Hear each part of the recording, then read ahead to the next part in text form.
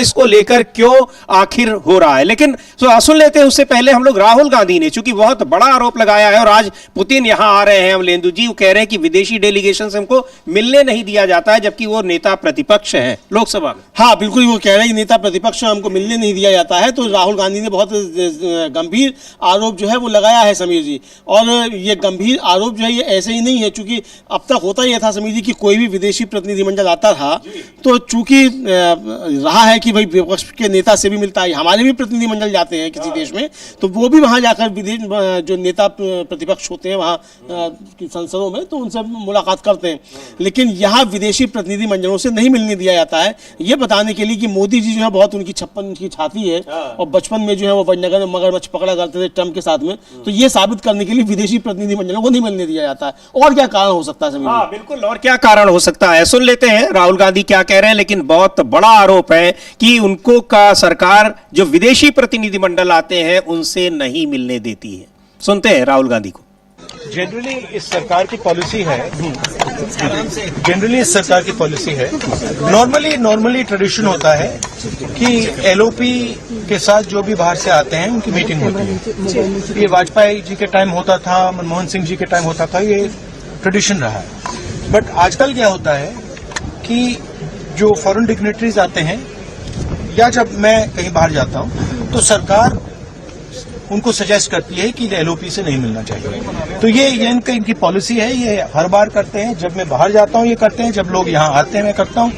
तो हमें मैसेज मिलता है कि हमें बताया गया है कि सरकार हमसे कहती है कि आपसे नहीं मिलना है। Thank you. बड़ा रिलेशन रहा है रशिया के साथ। रिलेशन देखिए, रिलेशन तो सबके साथ है। जो एलओपी एक दूसरा पर्सपेक्टिव देता है।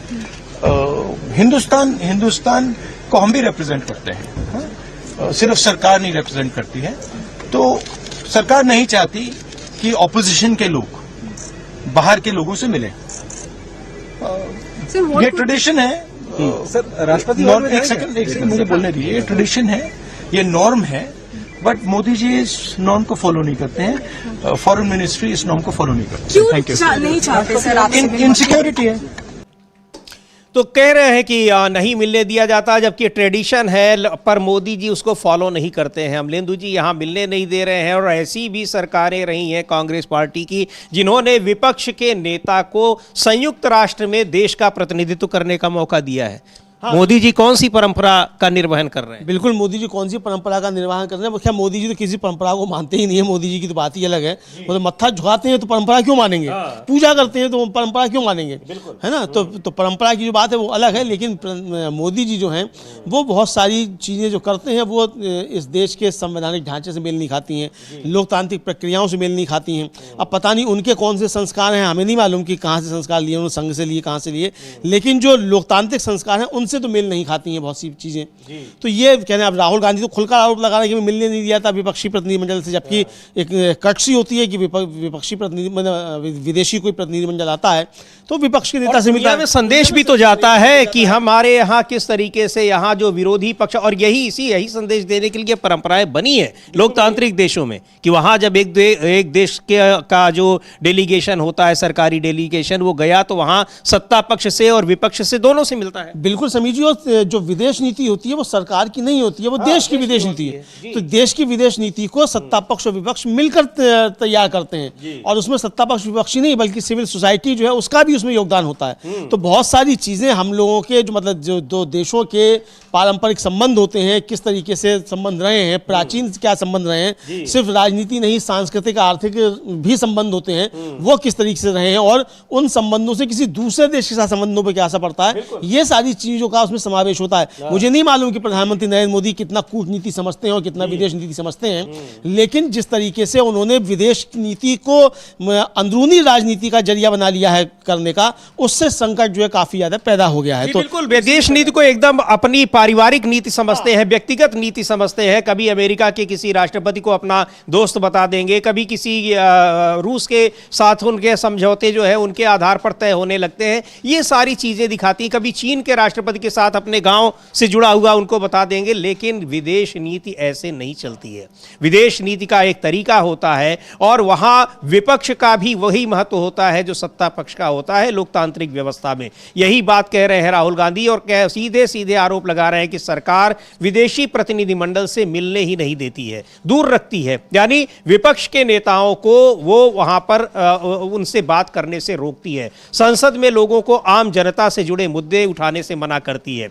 मीडिया पर किस तरीके का नियंत्रण है उसको बताने की जरूरत नहीं है, यानी किस तरह से केवल और केवल सरकार जो कुछ कहना चाहती है, और सरकार ही नहीं, सरकार में बैठे कुछ लोग जो चाहते हैं वही चीजें निकलकर बाहर आए, सरकार ये चाह रही है। और बाकी पूरे देश के नागरिक क्या सोच रहे हैं, क्या कर रहे हैं, यानी उनकी पर्सनल चीजें, उस पर भी सरकार कंट्रोल करना चाहती है। बिल्कुल, सरकार उस पर भी कंट्रोल करना चाहती है और सरकार जो है सब उन चीज़ों पर कंट्रोल करना चाहती है जो भी एक व्यक्ति की स्वतंत्रता से जुड़े हुए हैं। तो यानी आज़ादी जितना लड़के मिली थी तो वो सारी आज़ादी जो है मोदी जी की सरकार जो वो छीन लेना चाहती है कि अच्छा तुम्हारे पुरखों ने बहुत आज़ादी की लड़ाई है अंग्रेजों के खिलाफ, तो अब उसकी सजा भुगतो, है ना। तुमने लोकतंत्र बनाया और लोकतंत्र बनाकर मोदी जी को प्रधानमंत्री बना दिया, तो उसकी सजा भुगतो। यानी देश जो है वो इस बात की सजा भुगते कि लोकतांत्रिक प्रणाली से नरेंद्र मोदी किस तरीके से प्रधानमंत्री बन गए, तो अब ये देश का गुनाह हो गया कि नरेंद्र मोदी प्रधानमंत्री बन गए लोकतांत्रिक प्रक्रिया से, तो अब उसकी सजा भुगते देश। तो ये बहुत गंभीर मसला है और अगर नेता प्रतिपक्ष को विदेशी प्रतिनिधिमंडल से नहीं मिलने दिया जा रहा है, ये बहुत गंभीर आरोप लगाए हैं राहुल गांधी ने। वही प्रियंका गांधी कह रही हैं कि विपक्ष की आवाज को दबाती है सरकार, चाहे संसद हो चाहे संसद के बाहर हो, और ये आरोप लगातार सरकार पर लग रहे हैं। हालांकि कुछ मुद्दों पर सरकार को यू टर्न भी लेना पड़ता है। अब जिस तरह से वो लोगों की निजता यानी लोगों की प्राइवेट लाइफ में हस्तक्षेप करने जा रही थी संचार साथी ऐप के साथ, उसको बहुत दबाव में वापस लेना पड़ा है। और दबाव देश के लोगों का ही नहीं बल्कि कंपनियों का भी है, मोबाइल बनाने वाली कंपनियों का, जिन्होंने साफ तौर पर मना कर दिया था। सुनते हैं प्रियंका चतुर्वेदी जो शिवसेना की सांसद हैं, क्या कुछ कह रही हैं सरकार के इस यू टर्न पर। और इस यू टर्न को लेकर लगातार सवाल उठ रहे हैं, लेकिन जो सबसे बड़ा सवाल यही है कि केवल देश के विपक्ष का विरोध, देश के आम लोगों का, प्रबुद्ध लोगों का विरोध, जागरूक लोगों का विरोध नहीं था, बल्कि इसके पीछे अमेरिकी कंपनी जो एप्पल आईफोन बनाने वाली कंपनी है उसने साफ तौर पर मना कर दिया, इसलिए मजबूरी में, क्योंकि अगर एप्पल ना मानती तो फिर दूसरी कंपनियां भी विदेशी नहीं मानती, तो सरकार को लगता कि फिर ये तो अपने आप ही उनका पूरा फरमान जो है वो चला जाता कूड़े में, इसलिए सोचा कि चलो वापस ही ले लिया जाए। बिल्कुल समीर जी, और ये कूड़े में चला जाता और हर चीज़ में आप नकल करते हैं अमेरिका की, तो अमेरिका में प्राइवेसी को लेकर कितने सख्त कानून है समीर जी।